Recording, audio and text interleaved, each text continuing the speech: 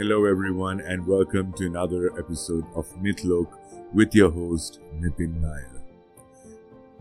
At Mythlok, our efforts are all geared towards bringing together the world by talking about our history and demonstrating how despite all our differences, our history, tradition, cultures always tend to have some kind of similarity when we really look back and try and analyze the most important question for which the human race has never found its answer.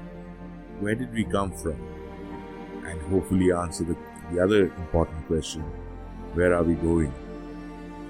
Now, as part of this endeavor, what we are trying to do is explore even those smaller, not so popular mythologies that still exist and are probably in the verge of extinction. One such mythology which has been subjected to a lot of change and a lot of consolidation is Balkan mythology. Now, Balkan mythology is a very important part of the overall European mythology, which also has strong influences from Baltic as well as Celtic mythologies. If you would notice, when we analyze all these mythologies, there is a certain degree of overlap between all the three. And by the three, I mean Celtic, Balkan, and Baltic. This is because there has been a concentrated effort in the past couple of centuries to really amalgamate the whole European culture into one and to try and consolidate a common history. Now, when you add to the fact that many of the countries in modern-day Europe were once part of the erstwhile USSR and had a very strong communist ideology embedded into society, religion, mythology, everything else was looked on with a sense of skepticism and a sense of feeling that probably they are not right and probably not a method or a system that should be followed.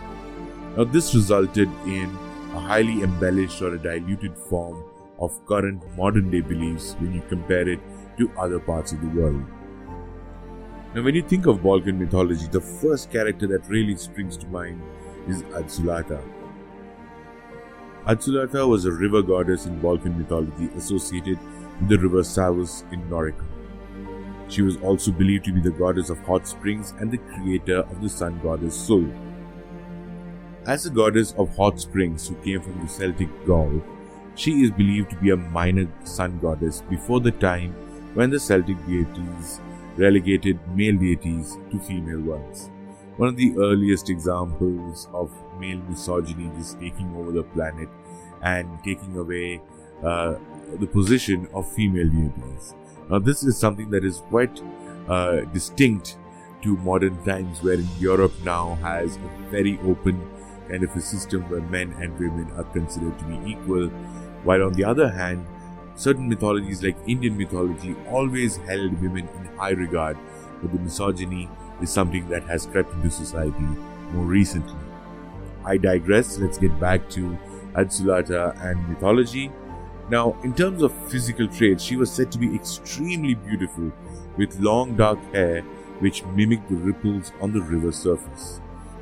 Now, when you look at the relationship between Adzulata and Savus, who were considered to be a divine couple, and the distinct feature is that their native names were retained as the stories evolved. The god Adzulata was worshipped by the Taurusci. She shared responsibilities with Savus, who was the god of the river, whose ripples was representative of her hair, and also looked after the safety of travelers and merchants using the river. Adzulata was referred to as Adzulata even after being adopted by other cultures who really didn't bother going about and changing her name into something that is more relevant and more relatable to these individual cultures. This shows that both Savus and Adzulata had an undying effect on the culture of the people, probably because it was something associated with the river which continued to exist even in modern times, and so the whole factor where they needed to change something in order to make it more relevant was slowly losing steam. When you look at modern day influence, the Savus is the river that connected Italy to the Danube. It became a major portion of the Amber route, which was the European version of the Silk route, which was followed in Asia. Now, Neptune's altar was located across the river from Savus and the Adsulata. This was a compromise that would allow the local deities to remain without being offended. This was especially true once the Mediterranean mythologies like the Romans and the Greeks started, exerting their influence over different cultures, and also with the advent and introduction of Christianity and later communism. So this concept of having Neptune on one side and Adsulata on the other side of the river Savus was considered to be one of the early methods by which they tried to maintain religious and historical parity among both sides so that there are no clashes in the future. Now, many travelers have found altars near Celia, which is now Sergier. They would find inscriptions to Adsulata and to a local deity named Lavus, which some also claim to be a local representation of the river god Savus.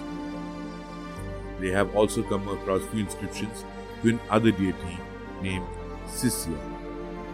So this clearly shows that Adsulata had a very prominent role in the Balkan pantheon, because she was constantly revered even throughout history, even when the other Balkan gods probably started losing their importance in the culture of the people. Now, not much is known about Adsulata because the inscriptions in Europe have gone through major changes. Sections where, during the Dark Ages, when knowledge was literally burnt on the roads by people, the Renaissance was the only thing that was able to save some of these texts so that we today understand what the history of all these amazing cultures has to offer even today. Thank you very much for tuning into this somewhat short episode where we just wanted to ignite the curiosity behind this deity, of which is a very important part of the Balkan people. And this is your host Nitin Nair signing off by just reminding you once again, Mythlok is the home of mythology.